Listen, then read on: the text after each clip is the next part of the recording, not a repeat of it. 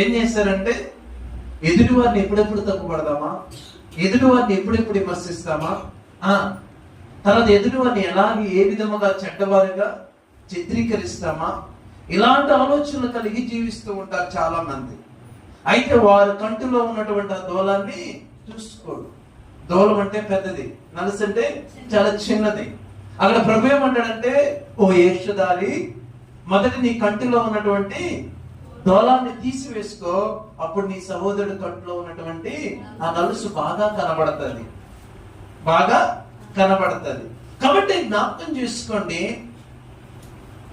మనల్ని మనం విమర్శ చేసుకొని సరి చేసుకోవడానికి మన బిడ్డలు, మన కుటుంబము, మన భర్త, భార్య, బిడ్డలు, మన వారు ఎలాగ ఉన్నారో వారిని ఏ రీతిగా మనం సరి చేసుకోవాలా, వారి కొరకు మనం ఏ రీతిగా ప్రార్థన చేయాలా, వారిని ఏ రీతిగా మంచి మార్గంలో నడిపించుకోవడానికి మనం ప్రయత్నించాలనేటువంటి ఆలోచన కలిగి ఉండాలి. కానీ కొంతమంది యొక్క బ్రతుకు దినములంతా ఏంటంటే, అల్లక్కడ ఏం జరిగింది, ఈమింట్లో ఏం జరిగింది, ఆమె ఇంట్లో ఏం జరిగింది, ఆ అమ్మాయికి ఏం చేసింది, ఈ అబ్బాయి ఏం చేశాడు, దాన్ని ఎందుకు వీధుల్లో ఎలాగ మాట్లాడదాం, ఎలాగ పంచుతాం అనేటువంటి చెడ్డ బుద్ధి కలిగి ఉంటారు, చెడ్డ బుద్ధి కలిగి ఉంటారు ప్రియులారా. అయితే ప్రభు యొక్క లేఖనాలు మనకు చెప్తుంది ఏంటంటే, ఒక నిజమైన క్రైస్తవుడు ఆ రీతిగా ఇతరుల గురించి చెడ్డగా ప్రచారం చేయడు.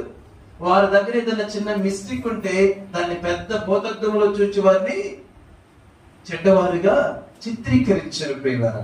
ఒకవేళ ఆ రీతికి ఎవరైనా చిత్రీకరిస్తూ ఉన్నారంటే వారు క్రీస్తులో లేరు. ఎందుకంటే క్రీస్తులో నిజముగా ఉన్నవారు ఒకవేళ ఎవరైనా వారు బంధువులు తెలిసిన వారు ఏదైనా మిస్టేక్ చేసినప్పుడు వ్యక్తిగతంగా వారికి చెప్పి వారి జీవితాన్ని బాగు చేయాలని చూస్తారు తప్ప చెడ్డవారిని చిత్రీకరించడానికి ప్రయత్నం చేయరు.